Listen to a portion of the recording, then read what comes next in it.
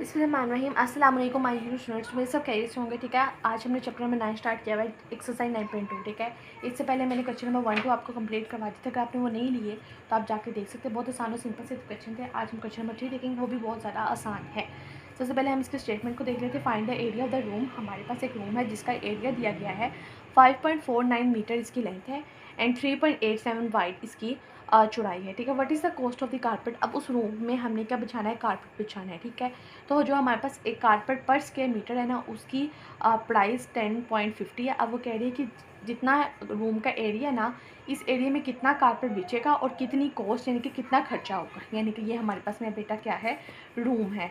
और इस रूम की जो लंबाई है ना, वो क्या दी गई है 5.49। ठीक है, और इस रूम की जो विड्थ है यानी कि चौड़ाई है वो 3.87। अब इसको हम अंदर वाली चीज़ को क्या कहते हैं, एरिया कहते हैं। इस एरिया में हमने क्या बिछाना है, कारपेट बिछाना है। कारपेट की प्राइस मेरा बेटा हमारे पास क्या आएगी, कारपेट की प्राइस हमारी बुक में दी गई है 10.50 पर, ठीक है, पर square metre.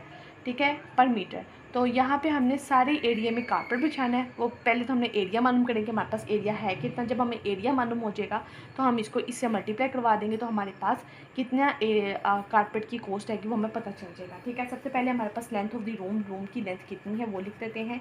Length of room, तो रूम की लेंथ क्या दी गई है 5.49।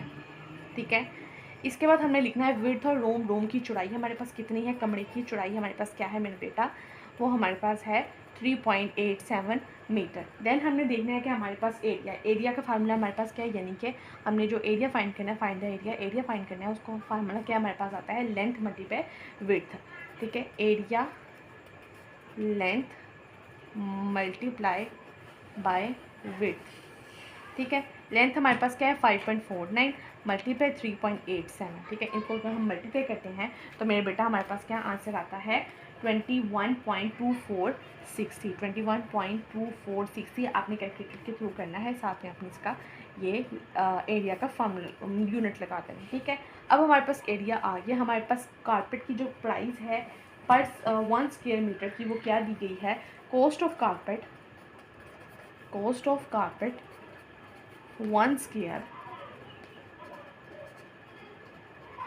मीटर वो क्या दी गई है 10.50। ठीक है, तो हम इसको 10.50 को अपने इस एरिया से मल्टीप्लाई कर देंगे, तो हमारे पास क्या आ जाएगा 10.50 मल्टीप्लाई एरिया से हम इसको मल्टीप्लाई करवा देंगे, तो हमारे पास क्या आती है मेरा बेटा, इसको हम देख लेते हैं एक दफ़ा।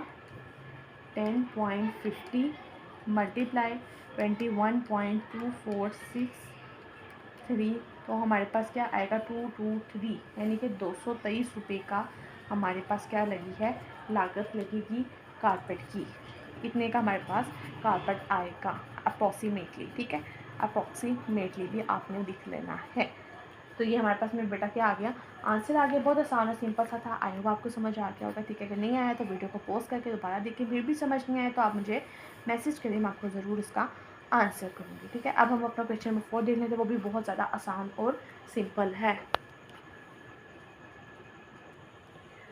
नेक्स्ट हम स्टेटमेंट पढ़ लेते हैं क्वेश्चन नंबर 4 की। The area of rectangular rice field is 2.5 hectare and its side are in the ratio, find the parameter of its field. यानी कि हमारे पास यहाँ पे खेत है। ठीक है, ये मेरे बेटा हमारे पास क्या है, खेत है। और वो खेत हमारे पास किस शेप में है, रेक्टेंगुलर शेप में है, यानी कि इसकी जो लेंथ और विड्थ है वो इक्वल नहीं है। ठीक है, इसके बाद ये हमारे पास खेत है। खेत का जो हेक्टर है, यानी कि हमने यहाँ पे एरिया फाइंड करना है, ये वाली चीज़ हमने क्या करनी है, फाइंड करनी है। ठीक है, और वो कह रहे हैं कि इसकी जो लेंथ और विड्थ है ना, वो उसने हमें दी हुई है ये, and it side are in the ratio, ये इसने हमें दिया हुआ है।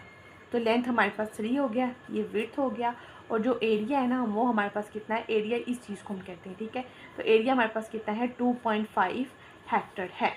ठीक है, सबसे पहले हम हेक्टर, हमारे पास बहुत बड़ा यूनिट है, हम इसको स्क्वायर मीटर में कन्वर्ट करेंगे, और 1 हेक्टर हमारे पास मेरा बेटा किसके इक्वल होता है, 10,000 स्क्वायर मीटर के।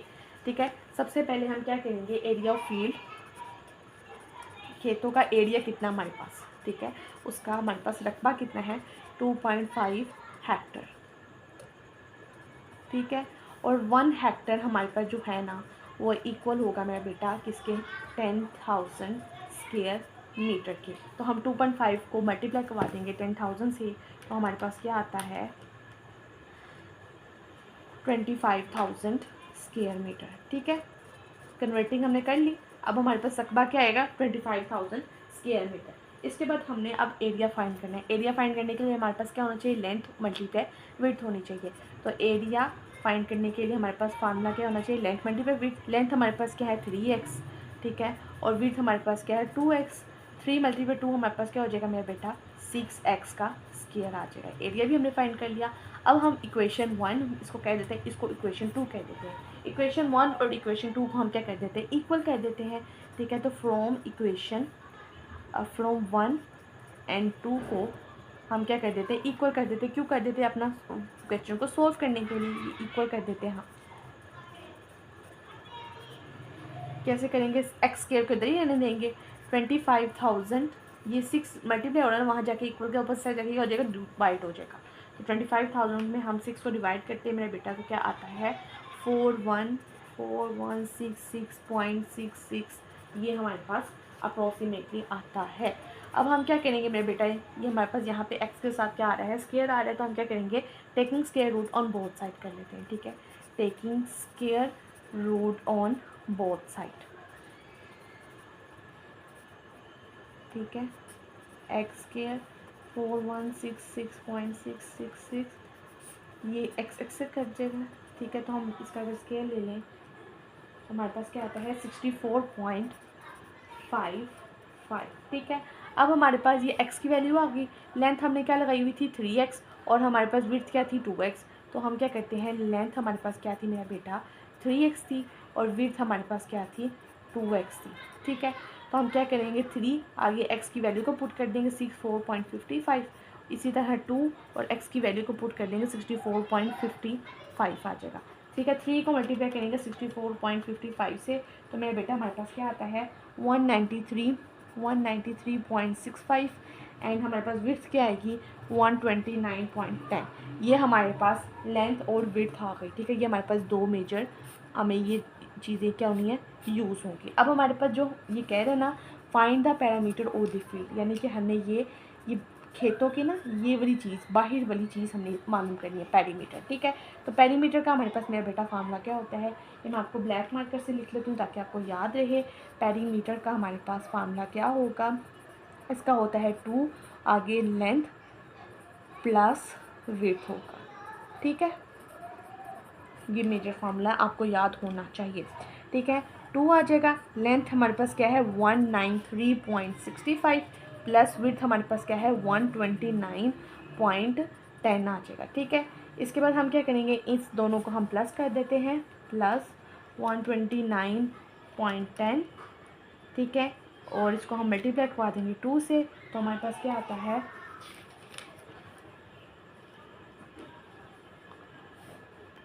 ठीक है, मल्टीप्लाई अगर हम इसको 2 से करवाते हैं तो हमारे पास क्या आया है 645 का मीटर। ठीक है, तो ये हमारे पास इसका क्या आ गया, पेरीमीटर आ गया है। ठीक है, ये हमारे पास इसका मेजर आंसर आ गया। आई होप आपको समझ आ गया होगा। हमने क्वेश्चन में यही उसने कहा था कि हमें क्या करना है, पेरीमीटर, यानी कि जो खेतों के बाहर की चीज़ होती है उसको कहते हैं पेरीमीटर कहते हैं। आई होप आपको समझ आ गई। बहुत ज़्यादा आसान और सिंपल सा था। आपने क्या करना है, वीडियो को पोस्ट करके देखना है, फिर भी आपको समझ नहीं आई तो आपने कमेंट बॉक्स में करना है। ठीक है, इंशाल्लाह ताला आपको समझ आ जाएगी। अब हम अपना क्वेश्चन नेक्स्ट क्वेश्चन करते हैं, क्वेश्चन नंबर 5। वो भी बहुत ज़्यादा आसान और सिंपल सा, थोड़ा सा ट्रिकी है, लेकिन हम इसको क्या कर लेंगे। आज हमने question number 3 and question number 4 भी कंप्लीट कर लिया। ठीक है, अगर आपको मेरी वीडियो अच्छी लगी तो लाइक करें, शेयर करें, सब्सक्राइब करें। अपना ढेर सारा ख्याल रखिएगा। अल्लाह हाफिज़।